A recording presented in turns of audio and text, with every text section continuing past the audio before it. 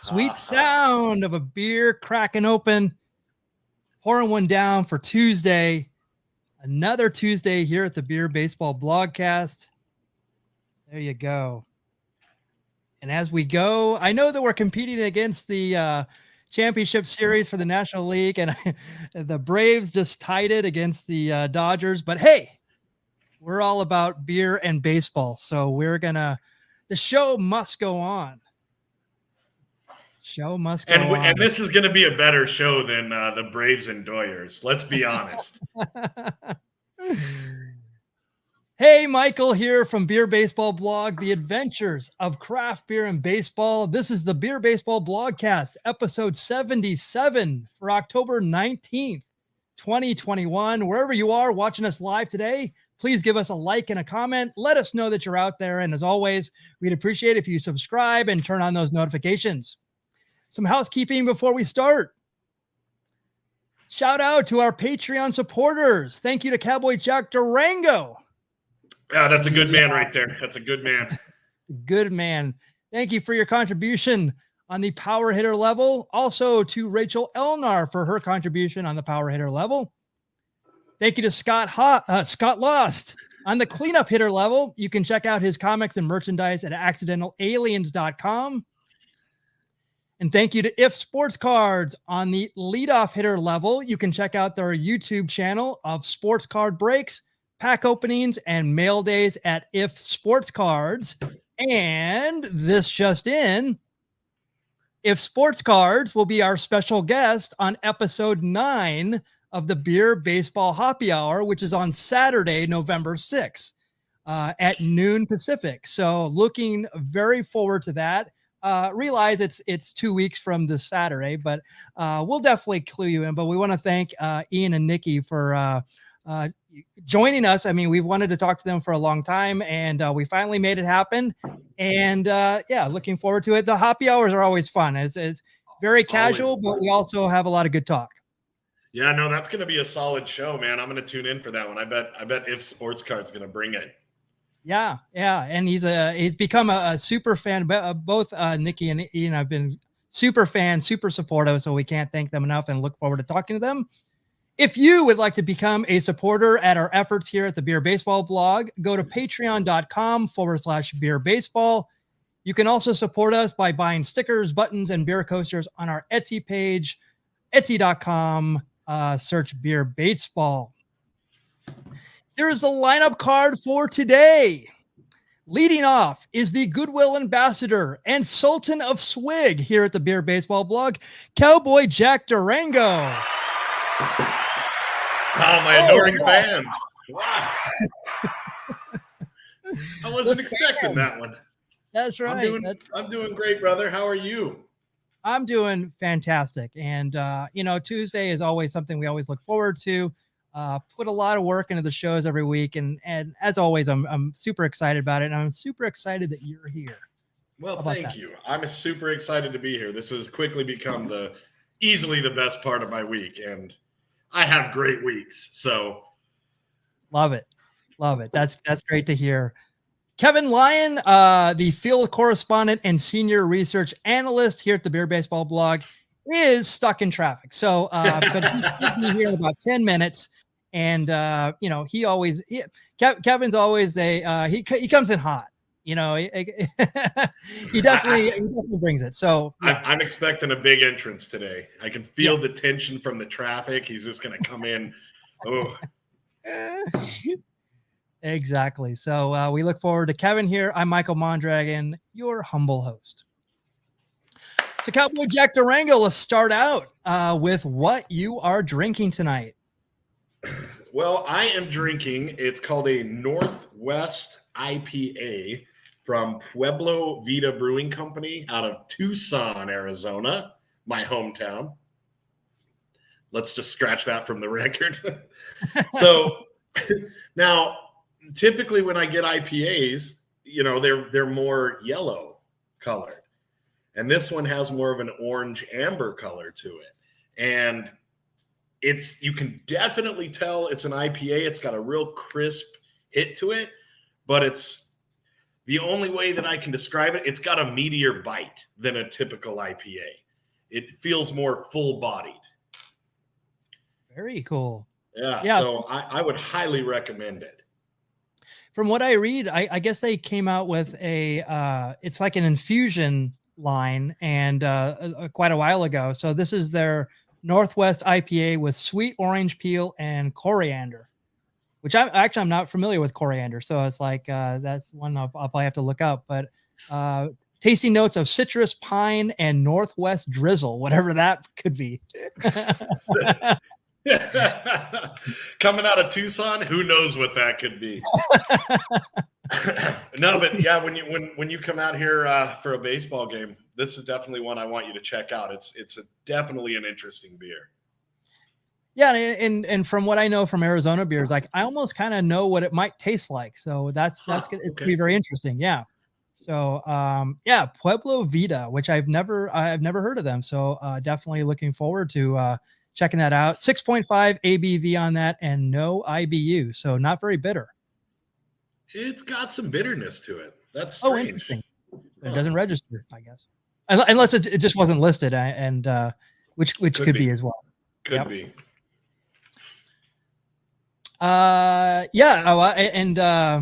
Hello from the Jam Pack 5 freeway.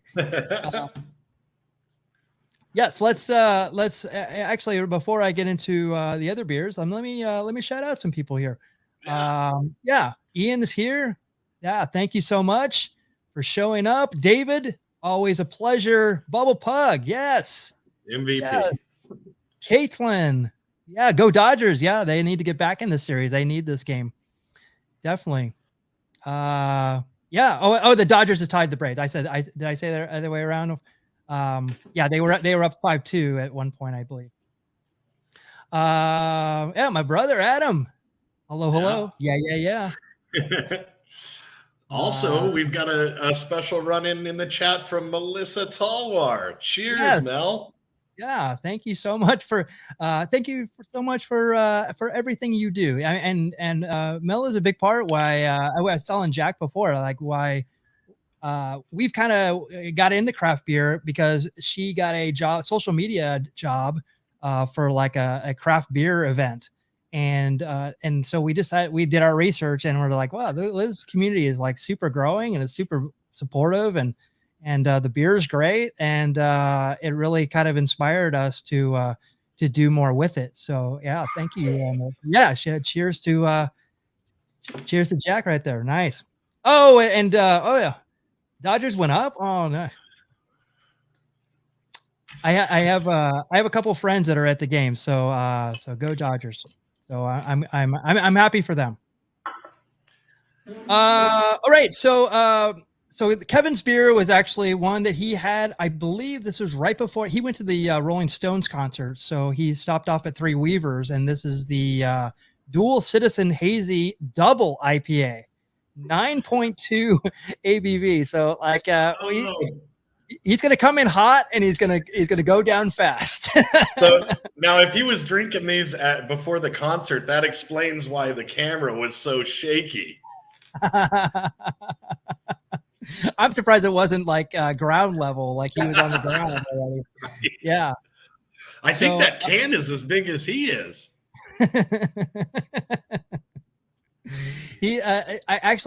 I wanted to talk to him about this also because it says like they're no longer making this beer. So I was wondering how he got it, unless he got the last bit of it. But it's a double IPA brewed with Australian, Galaxy, and American Citra hops.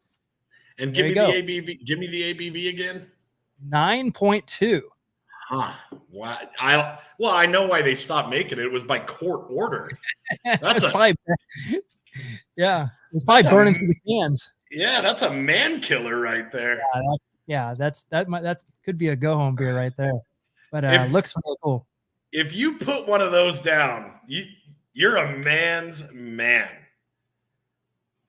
Oh, yeah. Well, and Kevin says there's two of them. There's two listings for it on Untappd, which doesn't surprise me. So I was hoping that maybe that's why they reproduced it. So the other one was out. So, but if it's still 9.2, that was interesting. It's awesome that we're getting we're getting play-by-play from Kevin in a car. I love it. He's still part of the show no matter what. Good man. So this is my beer. This is the Yay Sayer IPA from Common Space Brewery in Hawthorne, California. 6.5 ABV, no IBU listed, zesty tropical citrus with Idaho 7. Now, is it Amarillo or Amarillo? Is it Amarillo hops? Yeah. Is it Amarillo or is it Amarillo? So I'm going to say it's Amarillo hops. Okay. I always want to say, the Spanish pronunciation, but then it's like, it's like when the people out here say Los Feliz. I go, that's Los Feliz. Right. No, that's Amarillo hops. Amarillo. Centennial hops. So 3 hops in here. And it's a burst of bright tropical and zesty citrus flavors, which right up my wheelhouse. Delicious. So cheers to you, my friend. Cheers to you, my brother. Bitterness is present, but balanced, making the IPA very refreshing. And this was out of Hawthorne. So, I haven't heard of Common Space either. Oh, actually, no, I take that back.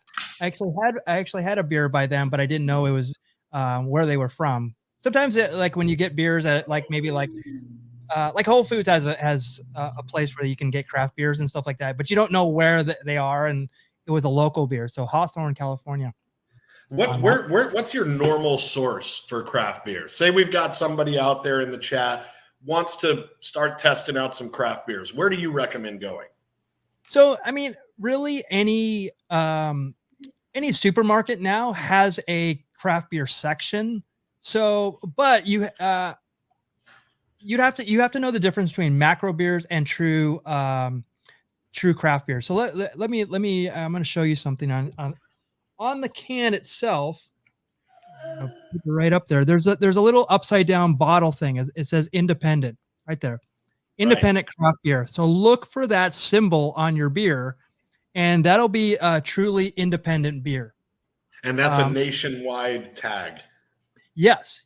In fact, they and you have to qualify to get this. So it means that you have to have a certain amount of like, for instance, like Goose Island is not a considered a craft beer, although it started as a craft beer, but it was bought out by like Budweiser.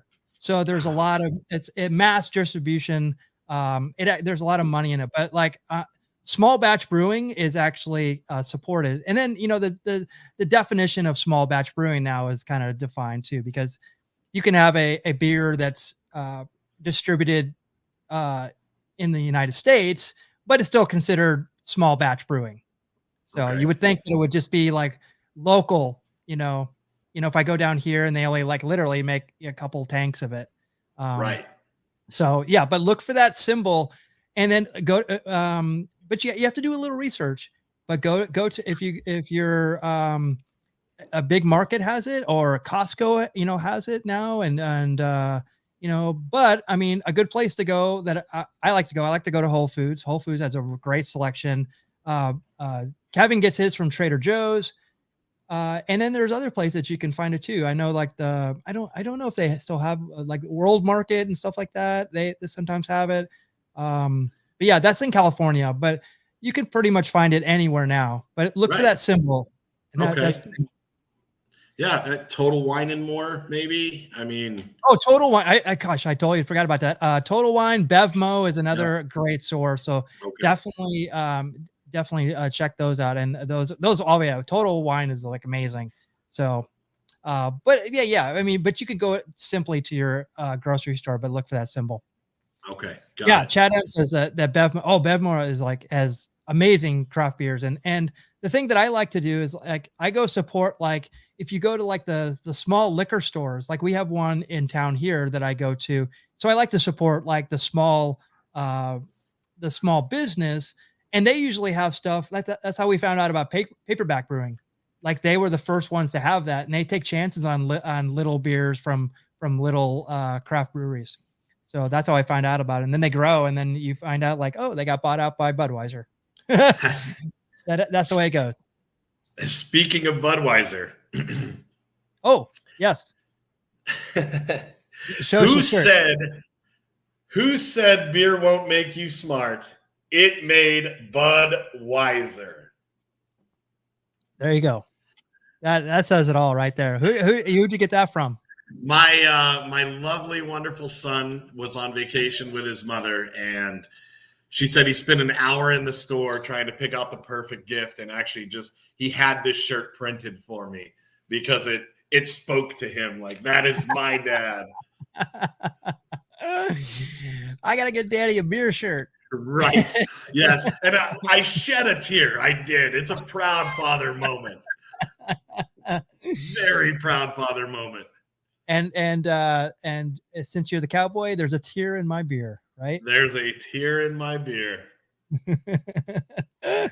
Yeah, Ian likes that a lot. That's awesome. Oh, Matt Sinister also in the house. Thank you so much for joining us. Big Matthew P. Sinister showing up. Let's do it. And hopefully Kevin will do a run-in on this one because there's some good stuff that I want Kevin to chime in on.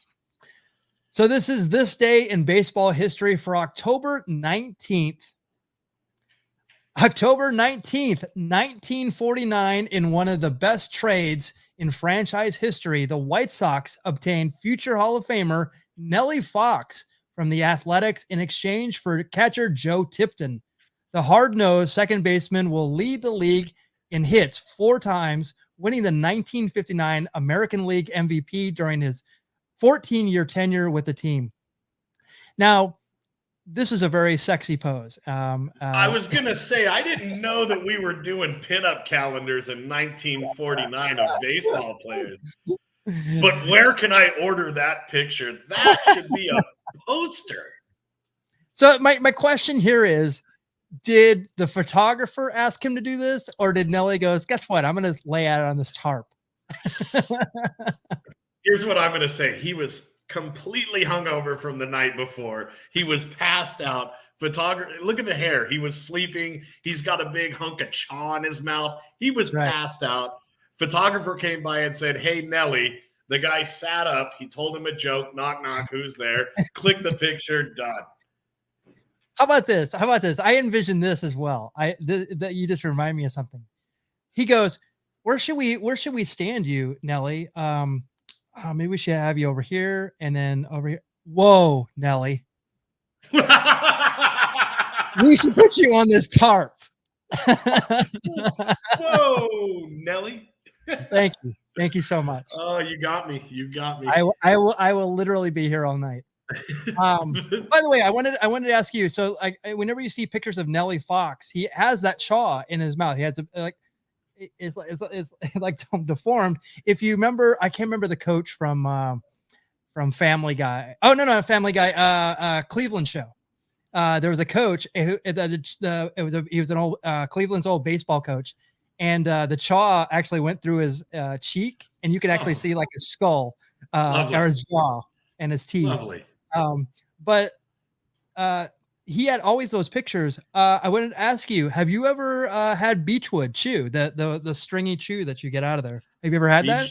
Beechwood, Levi Garrett. Yes, sir. Levi Garrett. Okay. Yes, sir. Yeah. I know. I think I opened the pouch and I sniffed it and I said, no, that's not for me. Yeah, no, man, you have to have a specific taste in hating life to enjoy that. And I say that as somebody who chews tobacco, but that stuff is woof. I mean, you're chewing on foliage. Yeah. It's leaves and there's chunks of rock in there. And I mean, it's, wow. It's a commitment. It's a commitment. Yep. And I have about 10 feet from me a pouch of Big League Chew, which that's basically based on is the gum version of it. All right. So October 19th, 1972, the Athletics scored 2 runs in the bottom of the 9th inning to win Game 4 of the World Series, stunning the Reds at Oakland Alameda County Coliseum 3-2. The comeback, giving Oakland a commanding 3-1 lead in the Fall Classic, is fueled by 4 straight singles 3 delivered by pinch hitters, Gonzalo Marquez, Don Minchner, and Angel Manuel, which I have no idea who those 3 players are. But I actually watched this game again, and it's actually pretty interesting. But Angel Manuel provides the walk-off hit on the first pitch.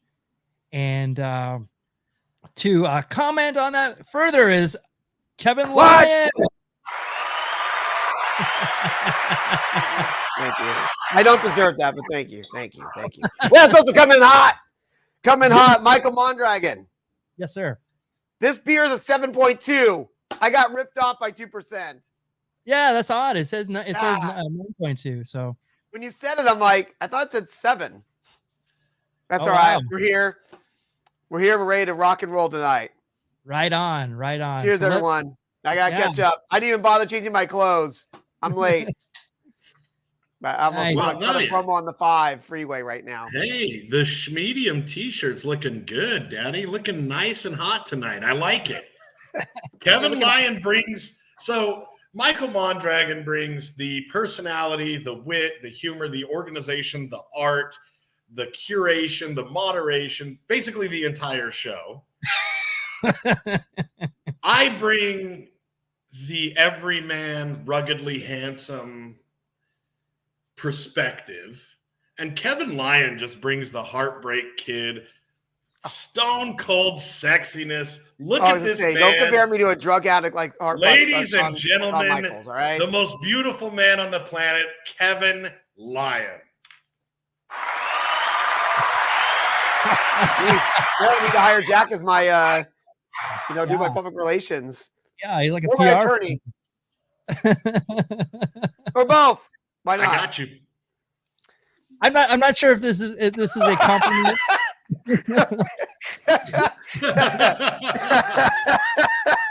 I'll take it. Oh, you guys are on fire tonight. That Whoa Nelly, good job, sir. Oh, the Whoa Nelly was fantastic. That was some good stuff. Thank you, sir. What was Kurt Russell's father's name? Bing. Michael Mondragon is the Bing Russell of the Beer Baseball Blog. I like that. I'll take that. Does it all. Love it.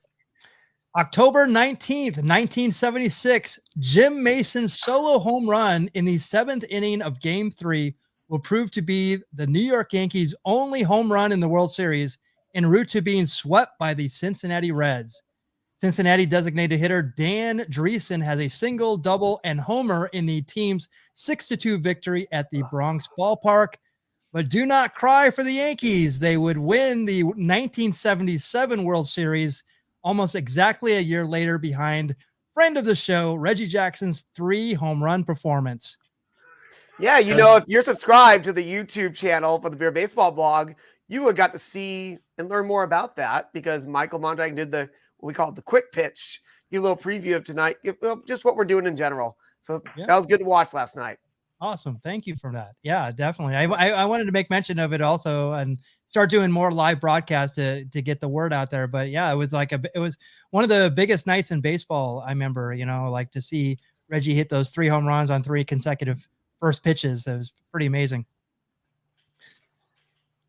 While the Dodgers are playing right now, October 19th, 1981. So this is a big deal for Dodger baseball. Dodger outfielder Rick Monday dashes the first Canadian pennant hopes with a 9th inning 2-out dramatic home run to beat the Expos 2-1 in the National League Championship deciding game. The series marks the first and last time in franchise history Montreal will make it to the postseason until 2012 when the Washington Nationals, the team's new name and new home for the past 7 seasons, finishes with the National League East Division. Yeah, this was I remember this happening, and it was kind of like off the radar because it was like in Montreal. It was like during the day. I was like 11, so I was probably at school. But I think we remember this, and I was only about 105. How was I then? I don't know. I gotta keep the gimmick going. But you know what, Michael? If only he's wearing a Cubs jersey, I bet you he has that exact pose. He's gonna get ready and grab that flag out of the outfield at Dodger Stadium. That's right. He's like ready to punch somebody. And Caitlin says, Dodgers win. Yeah, Dodgers won. That was a big game for them. So there you go. So some more Dodger history today. Belly and Betts, that were the heroes tonight. Oh, that's The other BB thing going on in Los Angeles. Oh yeah, not the Beer Baseball. Oh, that's right. That's right. The other thing. October 19th, 1986 at Shea Stadium, Steve Crawford is the winning pitcher in the Red Sox 9-3 victory over the Mets in Game 2 of the World Series. The right-handed reliever, 0-2 before the postseason, becomes the first pitcher to win a World Series game after being winless during the regular season. Unfortunately, the Red Sox would go on to lose the 1986 World Series in 7 games. Wow. He looks a lot like Bill Buckner here. So, I was saying, maybe that's what really happened. Hang on. I bet you maybe that was Steve Crawford filling in for Bill Buckner. Oh, it might have been. And maybe he was the one who actually dropped the ball. What were you saying, Jack? Conspiracy theory for the day. So I don't like this guy instantly. And I can pinpoint exactly why. Bear with me. But that face looks like the face of a man who likes to crop dust an elevator right as he walks out. And I don't like that. That is not a good man. He just had like that. The way he looks, I don't like him. Not a good dude. He's a Red Sox. Yeah, and what in these pictures, he don't even look at you either. Right, because he just crop dusted you. He doesn't want to make eye contact and let you know. Yeah, because that black and white photo, it looks like he's going to be a guy who's going to pull some ribs and some pranks on you. Like he's going to pull a quick one and then just like lift his get that mustache going up and down a little bit, like wiggle his eyebrows, Caitlin says, Dodger started to win once the Beer Baseball Blogcast started. We might need you to go live for Game 4. We might have to make that happen. Yeah, definitely. We'll do anything for our fans, I guess. I'm like, I can't be here tomorrow. Sorry. That's all right. So I'll just have to go solo. I got you. For Ed Brown out there, October 19th, 1987, the Yankees named Billy Martin as their manager for the 5th and final time. The fiery skipper will stay at the helm until June 23rd of next year, finishing his tenure with the Bronx Bombers with a 556 and 385 record. That's insane. It's like almost 600 record. And how many times did he get fired? On top of it, like, oh my God, like all he did was win. And he also had 2 pennants and a world championship in that 8-year span. Yeah, and I was trying to think. I thought he actually was manager for part of the 78 season. And then Bob Lemon took over and they won the World Series that year. So, they didn't get partial credit for that because he won 77. Can you imagine? Like, that's the stupid things I remember that's ingrained in my head. I need to get it out. That's pretty awesome. Bob Lemon. Yeah. That's awesome. Yeah, he's a local guy. He's from he was from Long Beach. Oh, no kidding. Okay. Yeah. Yeah. And his number one, number 1 retired by the Yankees. That's awesome. Very good. October 19th, 1991 at the Metrodome, Lonnie Smith becomes the first player in baseball history to play the World Series with 4 different teams when he leads off for the Braves in Game 1.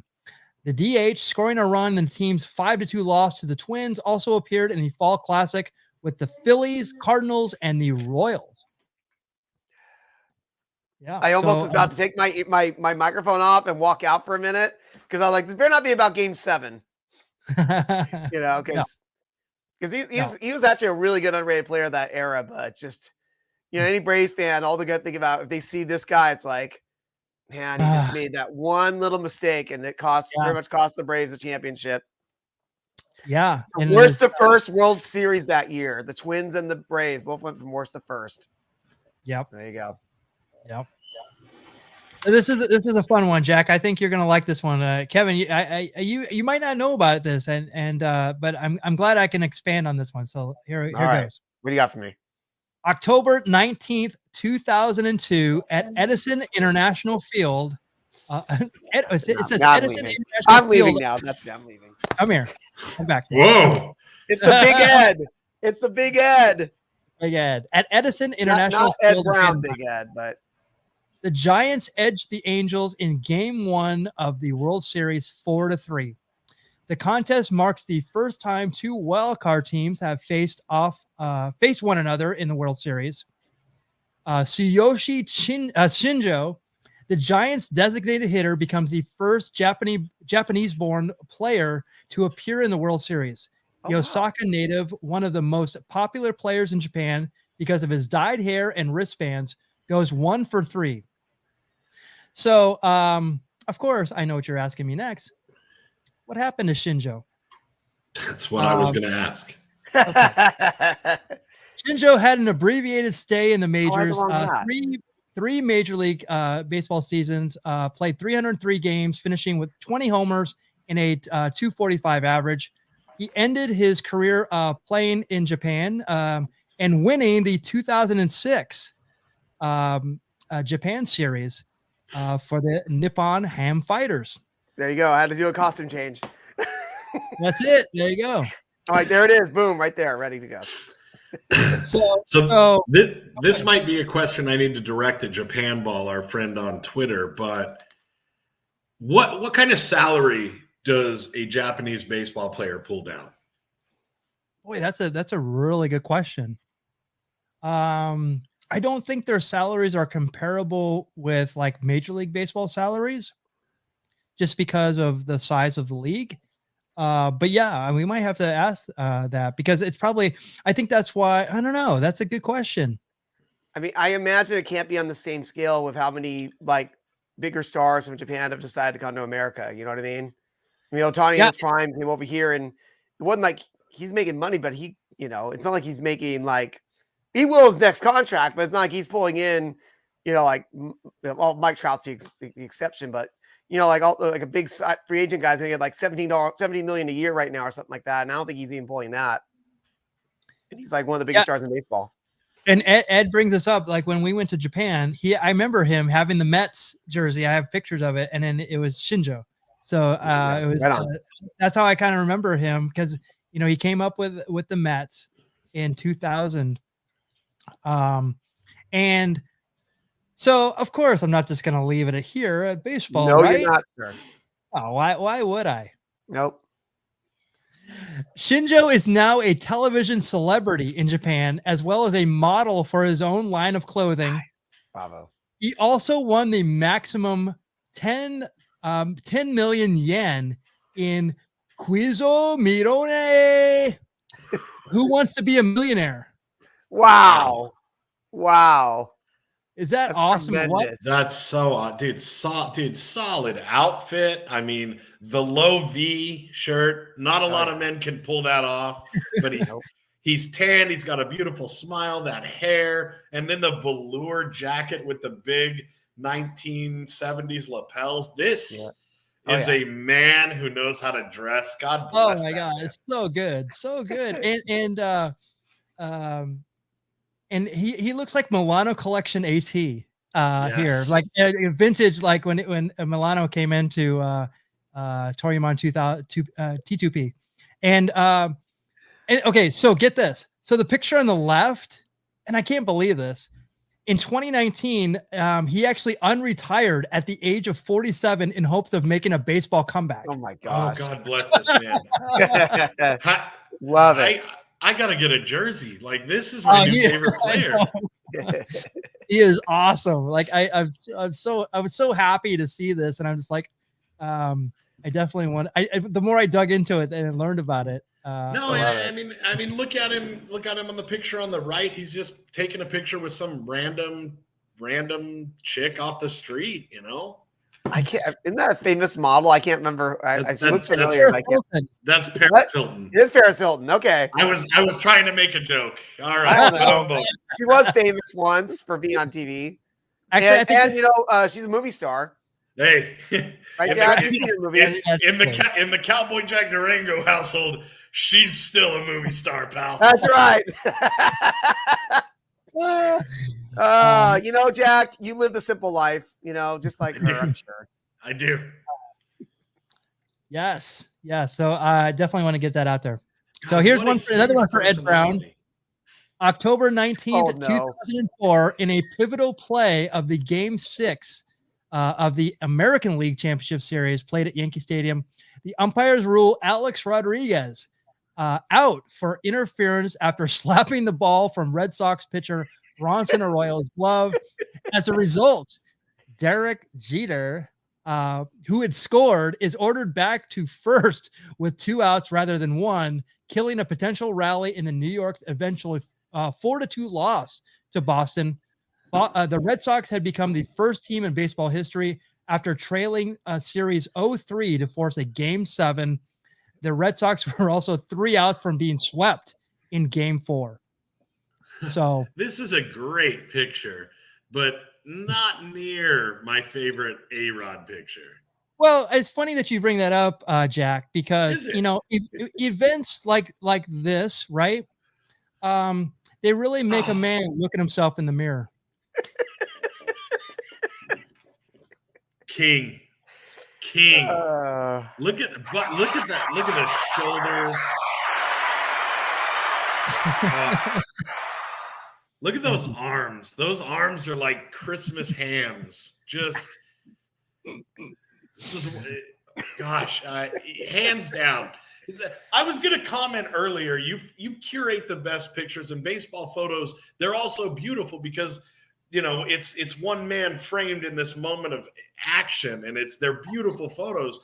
And then you have the Mona Lisa of baseball photos. Thank you. But Thank Michael, you, A-Rod. Thank you. Somehow I finally realized, why in the world is he going to make love to himself? There's a mattress in the corner. But it's not on the floor. I know. I've never noticed the mattress. I'm too busy really? just taking in A-Rod. Look, loving himself. There's actually 3 things in this photo. There's obviously, actually 4 things. A-Rod looking at himself, the mattress. But if you look at the other side, there's like a caricature. I'm not sure of who it is. That's a Shaolin monk. Is that what it is? Yeah. It looks like a kind of like a caricature of like Mike Tyson or something.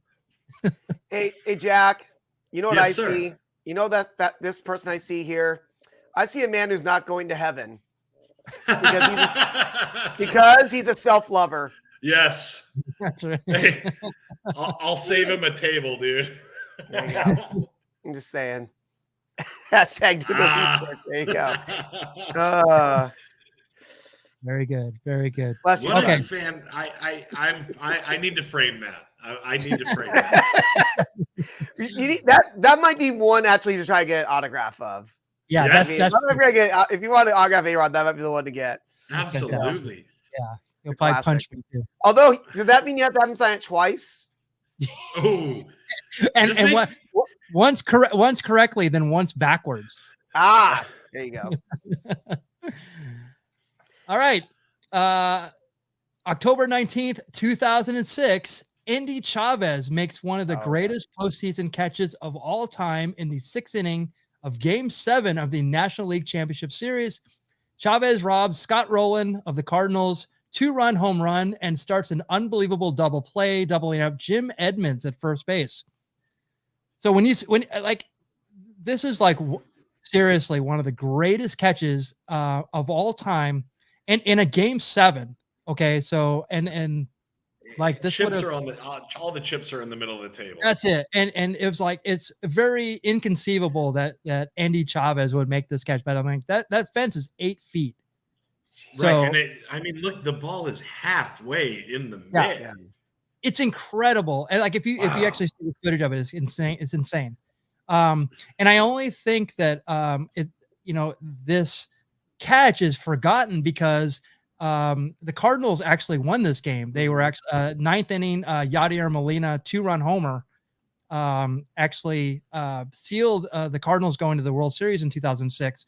So if they would have gone to if the Mets would have gone to the World Series, I think this catch would have been probably better remembered. And also Carlos Beltran actually looked at he didn't even swing the bat against Adam Wainwright. So yeah.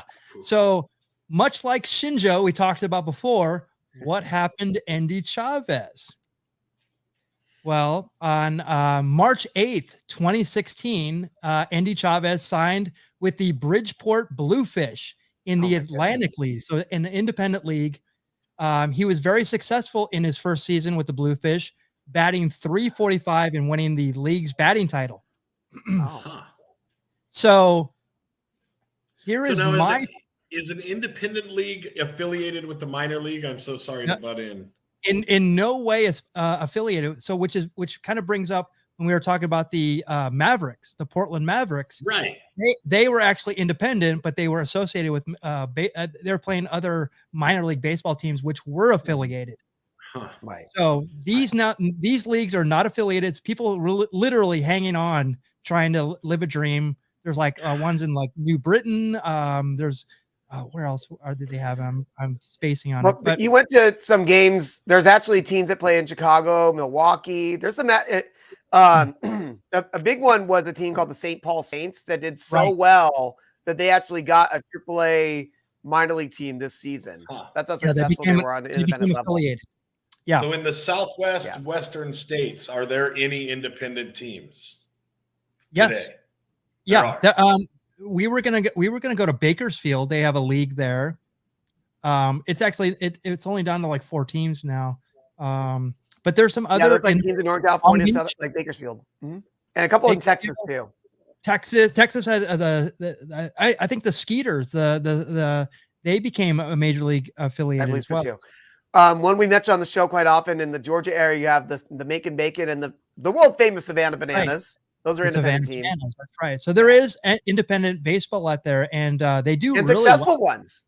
Yeah, really successful ones. Still, somehow, it's like I've seen minor league teams where just barely struggling to get by, and you have, these independent teams out of nowhere just get a great following, and a lot of sometimes it's just getting the local community to support you, getting a good gimmick going, getting a good logo, and make some money. Right. Let's go to a Bakersfield game. Let's do that. Definitely. And Ian, I just found out. I thought Ian was from San Francisco. I had no idea that he was in Minnesota, but he's been to a few of the St. Paul Saints games. They draw really well. They have really good promotion, stuff like that. And I have a friend who I went to high school with. He actually played for the St. Paul Saints. Oh, right on. Right out of college. And actually at the time he was playing for the St. Paul Saints.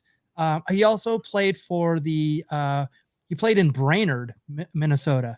And Brainerd is a very, very small town. But at the time that he was playing in the late 80s, they promoted themselves as Minnesota's only outdoor baseball team.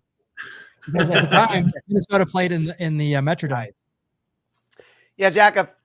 So Bakersfield, the stadium was built in like the 30s. It's a really old stadium, and they got taken out of the California League about 3-4 years or so ago. And here's how he's like, how old? That stadium is so old. You can say, how old is it? It's almost half as old as Taro. That's right. So what happened is the way they built it different than other stadiums. They built it if you ever go to a stadium, you'll notice that it's going to be the stadium's going to be pointing out towards the east. The stadium here in Bakersfield is pointing to the west. So that means the sun is descending. They can't start games in the summer till 8:30 at night because they can't see. The batters will not be able to see any of the balls coming on plate. Yeah, that's because of the weather. It was so hot, and the sun would literally be coming down in people's faces. Yeah, that's like going to 8:30 game on a Tuesday not Tuesday because Tuesdays were here, but 8:30 on a Wednesday night in June when it's still like 104 degrees.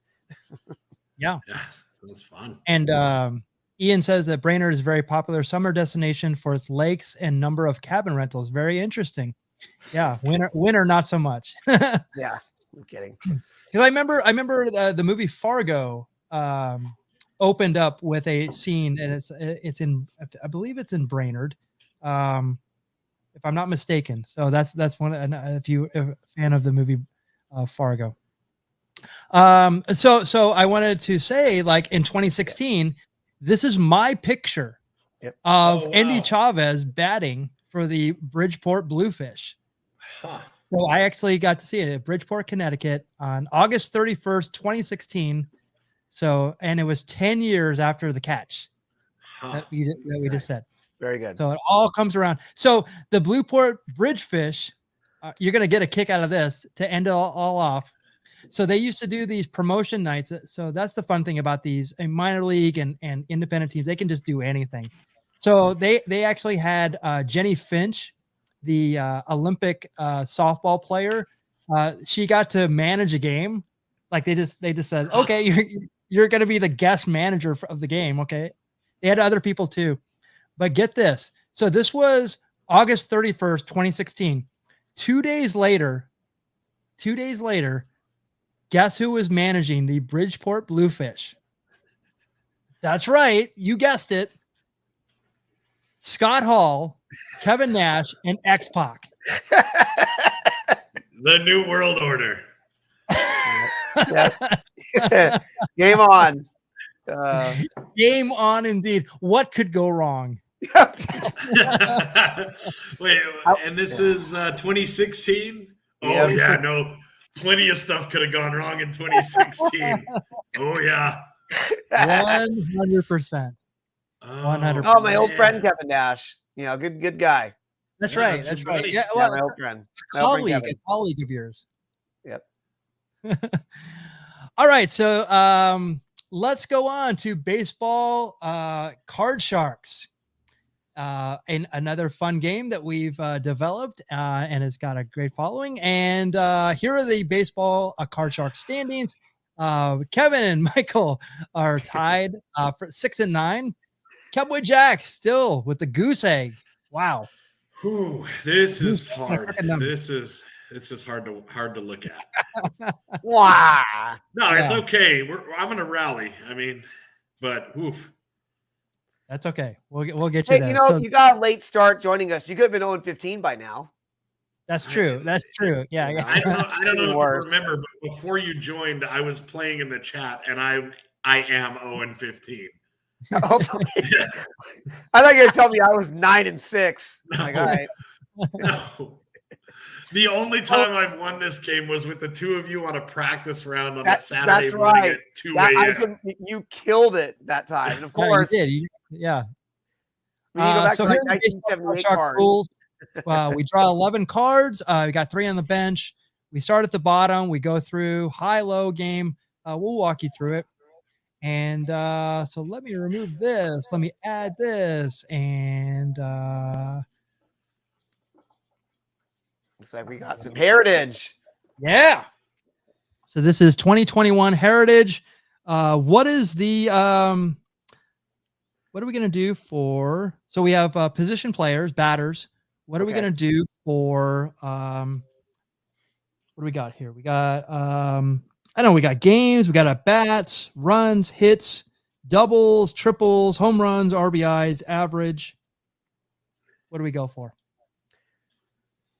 Last week I picked RBIs, and that really I thought you picked came double. back. Oh, was it doubles? I thought you it was picked either double. either doubles or doubles. RBIs, and It was double. It came back to bite me. So It was picked. double. So we want to go with. You pick, Big Kevin. Oh, you're gonna make me pick. Is stolen bases on there? Let's see. Ooh. We haven't done stolen bases yet.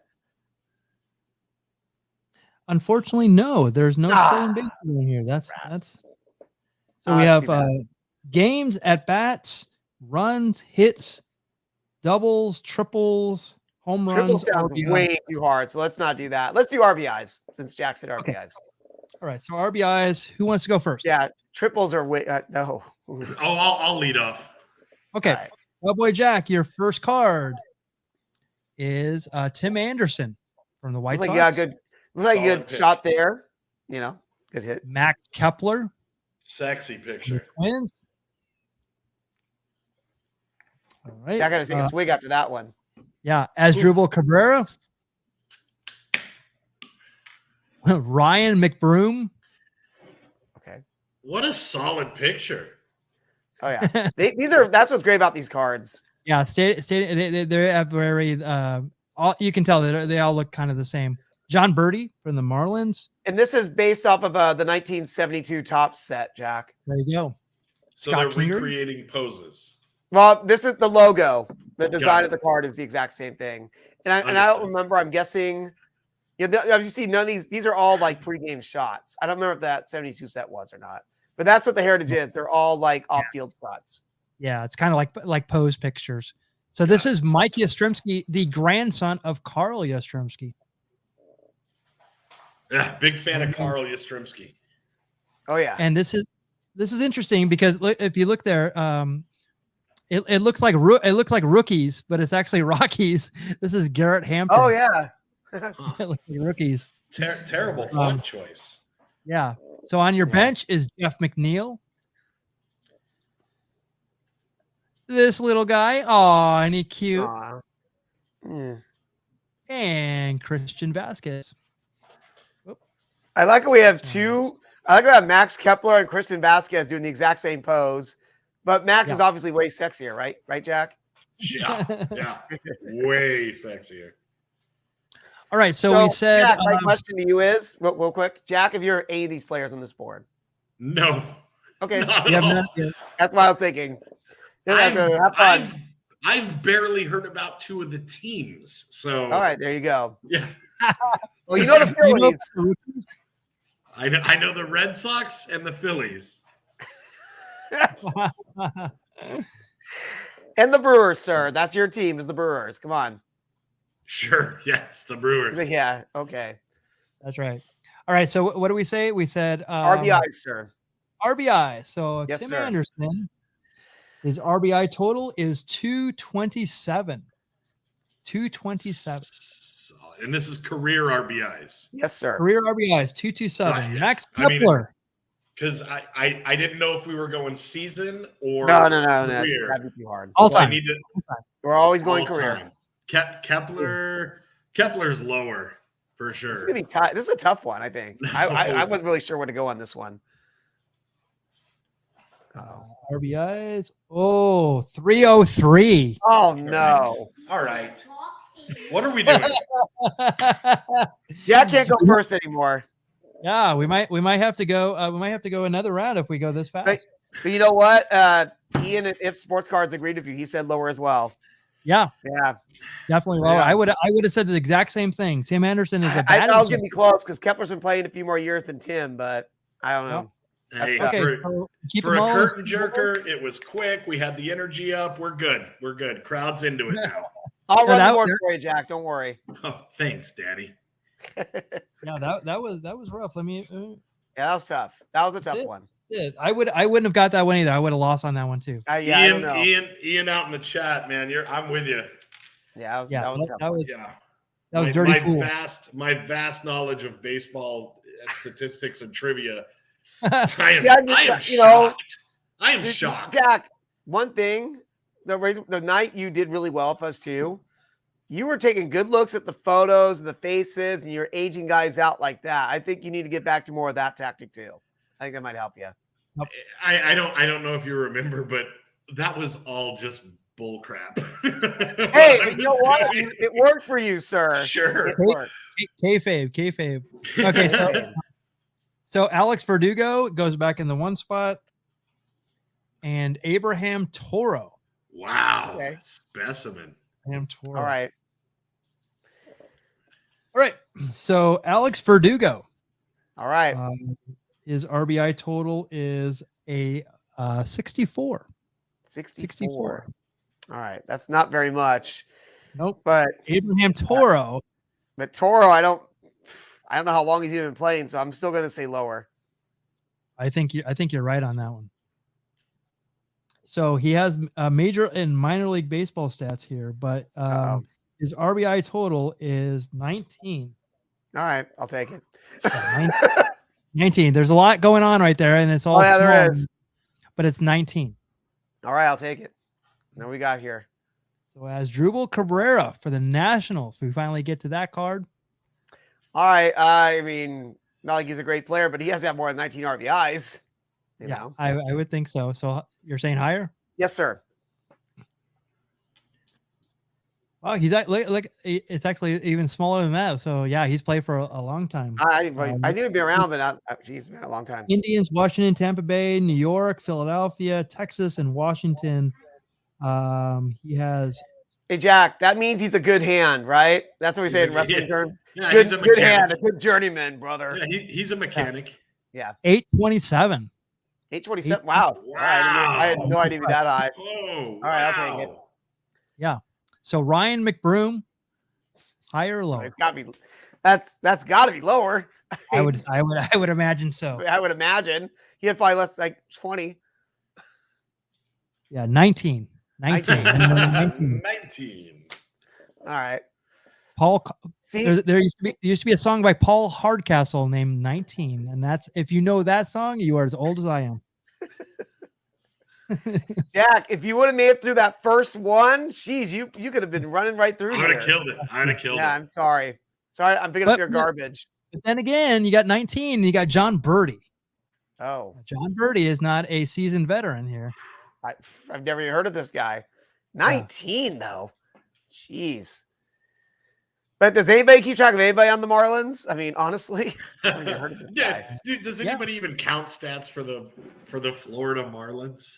The Miami Marlins now. See, you don't even know who they are. See, you don't even know. Derek Jeter doesn't even keep track of the stats, and he's like part owner or whatever. You know. Jazz Chisholm. Oh yeah, there you go. Yeah, there's your question. Name 2 Marlins. Yeah, that's true. I'm waiting. Big unit Randy Johnson. Jose Fernandez. I'm just calling for time here. He Because either way, 19, right, Michael? 19. Jeez. I'm like, I don't think anybody's gonna be able to help me on this one. 19. Jeez. I'll help you out. He's lower. You really think he's lower? Yeah. All right, Jack. I was thinking it's gonna be close. Let's go lower. Whatever. We ain't got all night. Lower than 19. Yeah, sure. Although who knows? You could have 25. You should not have listened to me. Well, Bubblebug says lower, so we'll see. 40. 40. What is all those stats? He must be like a career minor leaguer, but he has 40 RBIs. Ah, wow. Oh well. Oh. See, I only know. See, this is where fantasy baseball comes in because I know of him because he would get hot. The Marlins have another guy too, and it's like this white. He's just a white guy. He's a white first baseman. I don't even know his name, but he always gets really hot. He's like Jeff McNeil. He always gets hot, and you always want to pick him up. But I like that Ian's contesting it. He said, "I think they combined his stats." I almost would agree with that, but yeah, I mean, God, like he's played. So I can't even see like how like the point size on this is so small. Yeah. Let's see if we can get in there. Oh my God, look at all those teams. Huh. But on the bottom right there, it says Major League stats. That's good. At least they do that. At the end, they give you this Major League total. That does help. Oh my God, thank God. Oh, what a rough night. That was rough. Okay, so all right. Now watch. He's gonna get all the stars. He's gonna get all the ones he knows. What a quit say. Who's dealing the cards here? Eloy Jimenez. Yeah. Eloy Jimenez. Uh-huh. Trent Grisham. Ooh, okay. Let's see. Gleyber Torres. Oh, you got this. Come on, you got this, Michael. Jake Cave. Oh, you got this, Michael. I do. Oh yeah. Kyle Tucker. You got it. Be a tough. There's a couple ones in there, but not as hard as what Jack and I had. Those 2 were pretty hard. All right. He's like, I got this. Cracking my knuckles for you. All right. So Eloy Jimenez, wow, he actually has 120. Oh, already? Okay. In just a couple seasons. Yeah. 2 seasons. Wow. 79 and 41. So yes, sir. 120. Trent Grisham, I do not think he has that much. Boy, if we go out right here, I don't think he does. But I don't think he does either. Because I think he started with that season with Milwaukee, and then he came over after that season. I would definitely say lower. It'll be close though, like 80-ish. No, he's actually 50. Oh, okay. He doesn't play as much. He doesn't play as much as you would think. Yeah. So we came in right away and was a pretty good star there. Oh yeah, I don't know. Gleyber's been there for a while. I know, I'm kidding. It's a joke, sir. 50 RBIs. He's getting 50 RBIs this Yeah. season. Come on. That's true, but he was actually hurt most of this season, and I'm not sure about last He's year. probably He still played got 50 RBIs this season. Yeah, that's true, probably. So I'll say higher. Yeah. Come on. Probably 500. 183. Oh, that's it. All right. So he's been Yeah. around longer than he has been. All right. Yeah. Jake Cave, I don't think has that much. I will definitely say lower. He saw Max Kepler come out for his photo, and he was next. Like, I'm gonna do the same pose and look just as good as you, and you don't, sir.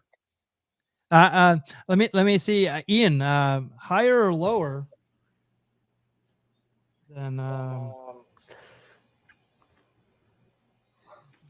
Wait and see. I mean, you know the answer to this. I have to look at this number on here. It's so small. Let's go. Oh my Lord, those numbers are small. 183. 183. So Jake Cave. Come on. Yeah, I'm going to say lower too. So he said the same thing. Of course. Yeah, okay. you gotta go lower. Yeah, he's got to warm up, Ian, because you know you're gonna have to do this on the Hoppy Hour. So get ready. That's right. This is a primer for you. 85 for Jake Cave. Okay. A little more than I thought. All right. Oh, this is gonna be a little tough. This might be a little tricky. This is going to be a little bit tough here. Yeah. Kyle Tucker. Boy, he's been doing great in this year. Yeah, but you can't count this year. Come on. I know. That's the whole We're going thing. up to 60-game season, sir, last year. Man, that dude just likes to drive in a big old jacked up 4x4 Ford truck, and like he's blasting Freebird and just throwing cans of Budweiser at people on the street. God bless him. That sounds like an Astro. Well, I mean, it sounds like somebody from my family. Yeah, someone in Houston for sure. Yes. Yeah. I'm gonna go with lower because I don't think he hasn't played a lot with the Astros. I think he only just kind of recently started getting a lot of playing time. You got Ballpug and Ian saying lower too. Ian saying lower. 85 was it? 85 is it? So I'm gonna say lower. Yeah, I think you're right. Lower than 85. I think he's right. 57. 57. All right. Yeah. So he has. Yeah.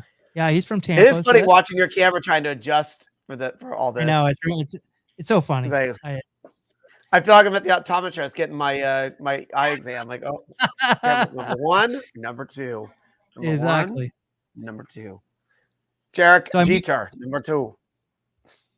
Yes. Hey, up there, sir. So if you get this, you win. Or are you already ahead of me? I think this is where I got. So you get this, you got the win. What do we say? 57. So 57 on Jake or Kyle Tucker. Man, Scott go Kinger, to the bench.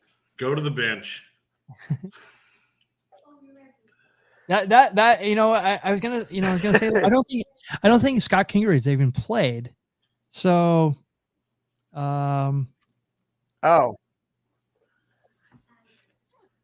let's see here. Ooh, you know what?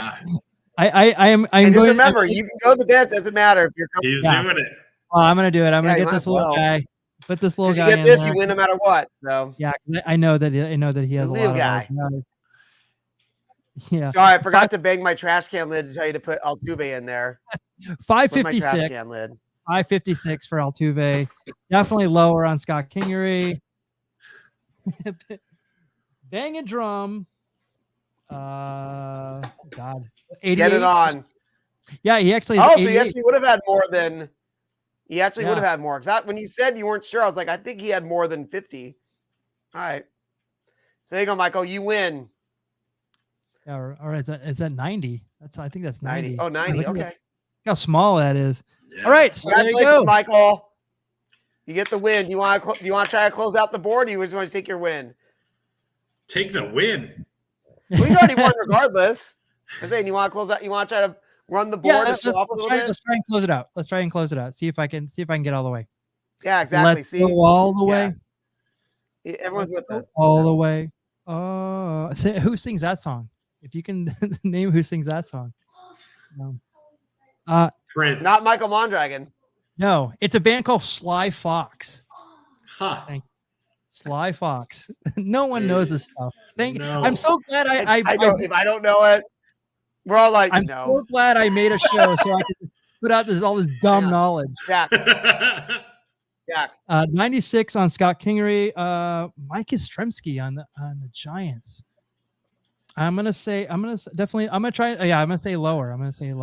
It won't be that much lower, but like by now he might have 100. Ooh, he has 90. Wow, already. Yeah, he's been Solid. playing a lot with them, I remember. Well, I mean, but yeah, I remember. I'm thinking like last year's still 60-game season. You know. Yeah, It's a good call. That was close. Garrett Hampton, who had a good year this year as well, but he'll Is be his lower. last name Hampson? Hampson, yes. Hampson. Not Hampson. I see where your brain's going. Hampson in. Ham. He plays for the Rookies. Yes. Rookies is a solid team. Yeah. See, Jack knows this rookie. He knows the rookies. Yep. So we said 90. Do they make Rookie Mountain oysters up there? Yes. And Jackie Robinson, 42. So ran the board. So All right. definitive win. Cheers, sir. Cheers, brother. Salud. Right on. If only this was a 9.2. Oh, wow. If only. Yeah. Congratulations, Michael. You're now in sole possession of first place. I am. Fake news on that. And actually, you're the first person in double digits on loss. Oh, of course he doesn't hear that. Yeah, I'm the first person in losses. The first person in double. No, Kevin is the first. He's in first person to have double digit losses. Ooh, suck it, Kevin! In your face, dude. Oh, thank you, sir. Thank you. Yes, I did close it out. 6-10. It's like I'm the Arizona Cardinals, Michael. Ooh. Whoa. We're 6-0 right now. I know. I'm not talking. I know, but I'm just going out the past like 30. You know, how long have you been in Arizona? 25 years. I know. Football. Hey, this is a baseball show. We don't talk hockey. Moving on. Oh. Okay, sorry. All right, so let's close it out with some baseball trivia. Oh yeah. We're going to test your knowledge of the history of baseball with my two questions here. So Henry Aaron is the all-time leader in hits for the Braves. Who is number 2 all-time? Number 2. Dale Murphy, Chipper Jones, Andrew Jones, or Rabbit Moranville? I love it. I love you throwing Rabbit Moranville. Very good. Very good. That's a winner there. Very good. Please, in the chat. Yeah, please. Because I'm pretty sure I know who it is, but it's funny because one of the first things that came to my head was like Eddie Matthews, but he was more of a home run guy than hits. You know what I mean? He got a good solid number of hits. But I'm gonna jump in because I don't want Jack, because apparently I can't say the same thing. If I say Chipper Jones. I say Chipper exactly. Jones. It's exactly who it is. Yeah, everybody. Chad M going with Chipper Jones. Yeah, most likely because that's a guy he's only played with the Braves, and the same thing with Henry Aaron. Aaron only played he played with the Brewers at the end. I forgot. He didn't just play with the Braves. He did go to the Milwaukee Brewers at the end. Who's that? Henry Aaron. I was thinking he played only with the Braves, but he did his career with the Milwaukee Brewers. Who did Dale Murphy play for? The rookies. Sorry? The rookies. They're not the rookies. I believe he played for the Phillies at the end. Yeah, I think he played for the Phillies, and then he finished out with the Rockies. Yes, sir. Oh, did he really finish with the Rockies? I was just joking. I wasn't kidding. I think he played for the Rockies really briefly in '93, then he retired. Because I don't know why a guy in the 80s who all of a sudden, I hate to bury the guy because he was a player I love, but his stats all of a sudden just got worse, like almost instantly. All of a sudden, it's like he had something going on to help him out. Hate to say it like that. Hate to say it like that. Like if Top Gun hears, he's gonna might try to plot attack me for that. But so you're saying there was something enhancing his performance. Very possible, but I don't know for sure because it was legal then. In certain points in the 80s. God bless the 80s. But he's a clean living Mormon though, honestly. So that's the other thing too. You got to realize he was a and that would definitely be violating, I'm sure, their Oh, sure. No, they're really trustworthy people. So But you say Chipper Jones. I think that's a red herring. I'm going Please say Rabbit it. Yes! Marinville. Yes, thank you, Ah, thank nicely done. you, thank you for Nicely picking done. that. Hell So, yeah. so yeah, Bubble Okay, Plug going with Chipper Jones. Chad Nope. M going with Chipper Jones. Nope. Ian, it's got to be Chipper, absolutely. It's Rabbit. So let's I go hope to you're it. right, Jack, because you're the golden god. It is Sorry, Chipper it's not. Jones. 2,726 hits. Eddie Matthews, that was very good, Kevin. He actually had 2201. I actually didn't put him in there. Okay. Because I probably wanted to put Rabbit Moranville. He was number 8 on the list, by the way. All right. 1696. There you go.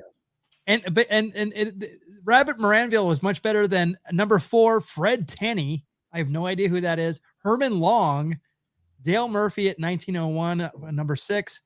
The most active person, Freddie Freeman, 1704. Wow, already. Wow, Yeah. I didn't know he had that many hits already. Wow, wow. Yep. Very good. See, I never trust a guy named Chipper. But I want to put it out there. His name, if your name was Larry Jones, I would go with Chipper. I would not, man. Chipper really just sounds. There's something diabolical behind the name Chipper. I'll take Larry. Hey, nothing wrong with a good Larry. I'm sure that there's people watching that are named Larry and nobody named Chipper. You want to know why? Serial killers are named Chipper. Cowboy, I'm gonna be nice. There's something I want to say to you so badly, and I'm like, I'm not gonna say it. I'm gonna say it to you when you're off the air, and you'll be like, "Thank you for not saying it on the air." Yeah, no. You know where I'm going. Yes. You know where I'm gonna go on with. I'll say it after Well, the this show. goes. The Chipper part goes back to our discussion about the movie Fargo. Right.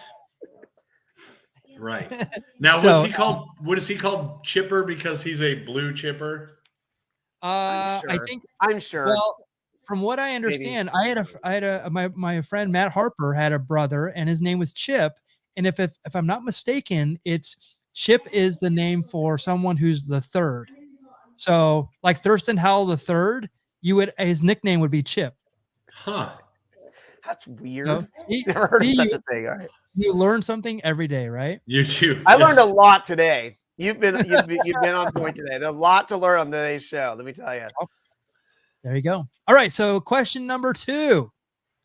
So we went Braves. Now we're going to go Dodgers. This player is the all-time strikeout leader for the Dodgers. Question. You mean pitcher, right? Okay, pitcher. All right. Ooh, this is tough. Ooh, this is a good one. Yes. Ooh, Don Drysdale, Sandy Oh, Koufax, man. Don Sutton, or Clayton Kershaw. Michael, this is a great question. Great I question. can make an argument for any 4 of these guys. Very good.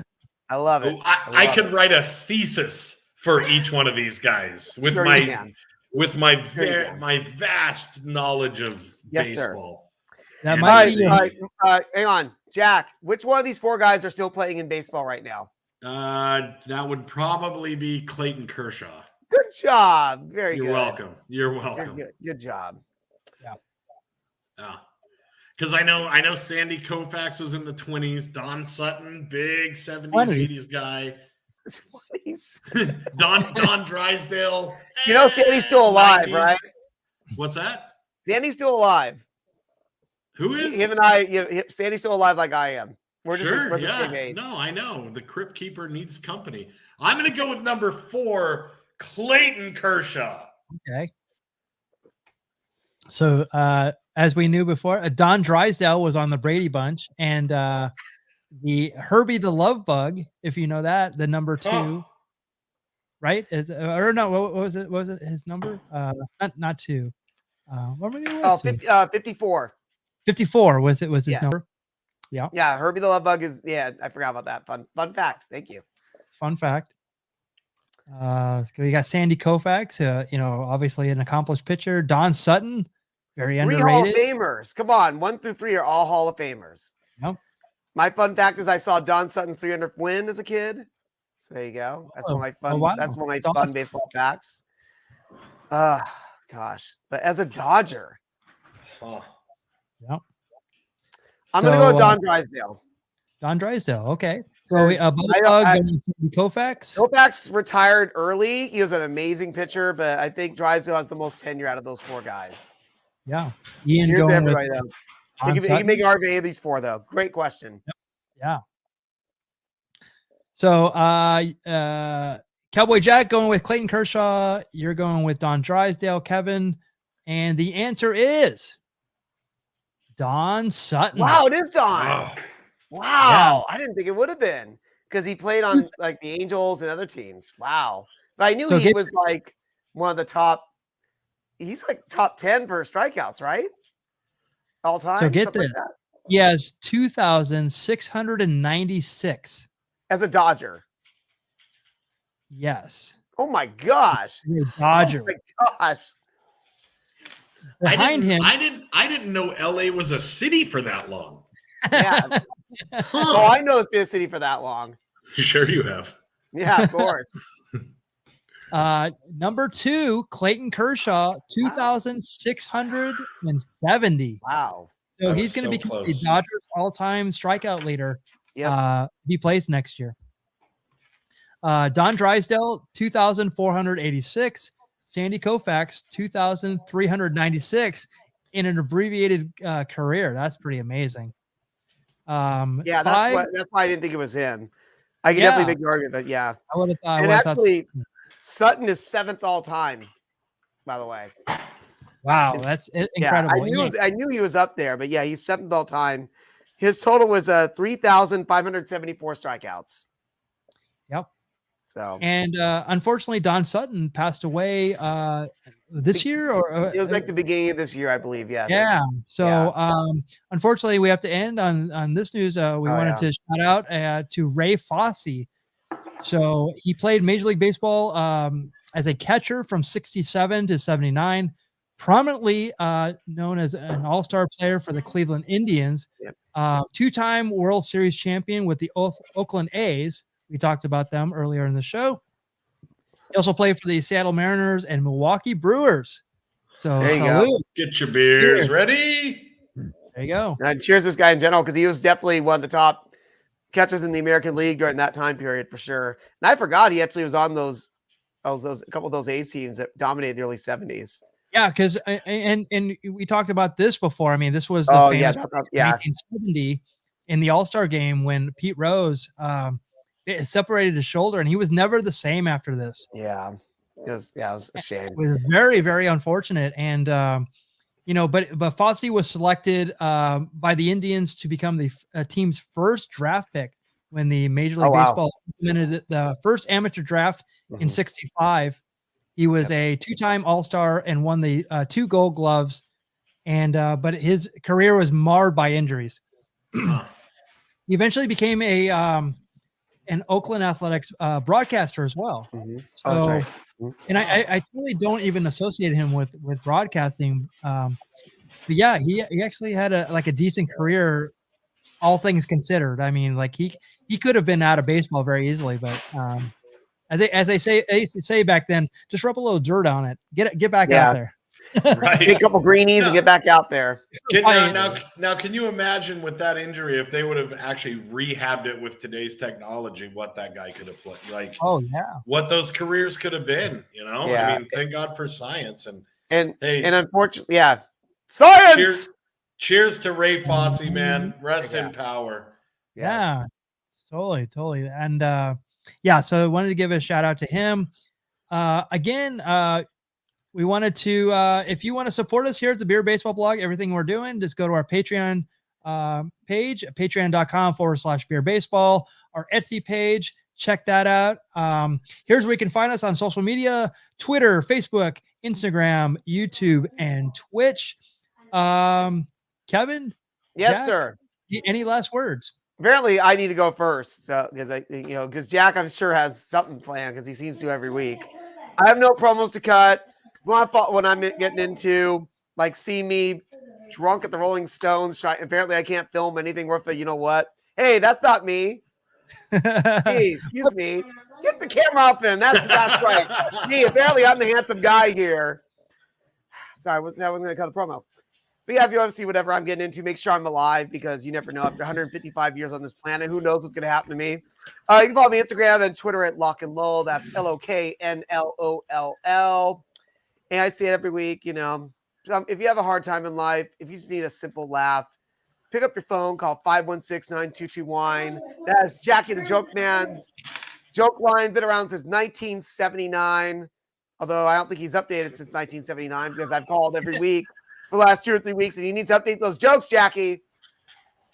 Cheers, guys. Thanks for watching. Awesome. Jack. So first and foremost, everybody that listens and watches and participates on the chat, thank you guys so much. This is literally a highlight of our lives, being able to do this and have you watch us. So thank you so much. Tune in, like, subscribe, comment, please. We love you guys. Thank you. And I also have an earth-shattering announcement. I'm going to drop a bomb. The Red Sox. You're not Reggie Jackson. The Red Sox will be the World Series champions.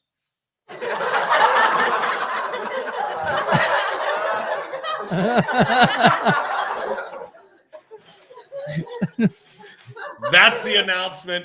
That's the bomb. Mark my words. Red Sox, World Series champions. Wow. That's a bold statement. Bold statement. Name one person on the Boston Red Sox. Oh, hey. Yes.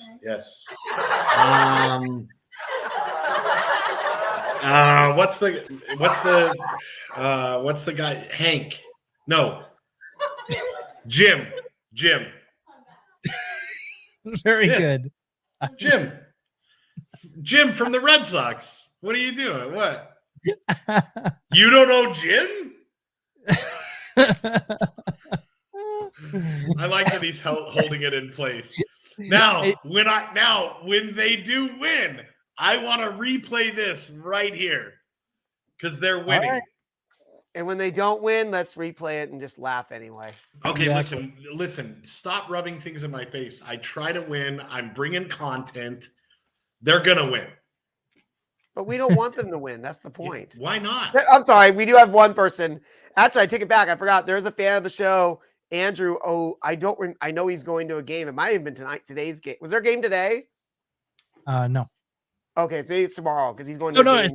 it's tonight, actually. You know, he actually might be at the game tonight. That might be why he's not watching. I think he's actually at the game tonight. Cheers to him and good luck to his team.